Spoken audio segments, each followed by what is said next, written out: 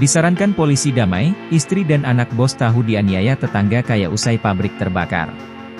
Curhat Sarji, 55, warga Manggarai yang pabrik tahunya terbakar pada Minggu, 2 Februari 2025. Ia harus menerima kenyataan pahit lantaran anak dan istrinya dianiaya tetangga. Mengutip Kompas.com, Sarji mengatakan tetangga yang melakukan penganiayaan itu baru saja mendirikan rumah bertingkat. Menurut Sarji, tetangganya berinisial AC merasa marah karena rumahnya hampir ikut terbakar akibat insiden tersebut. Padahal enggak kena, kata Sarji. Sarji menekankan bahwa kebakaran itu adalah musibah yang tidak ada yang inginkan. Akibat pemukulan, istri dan anak Sarji mengalami lebam di bagian wajah dan bahu.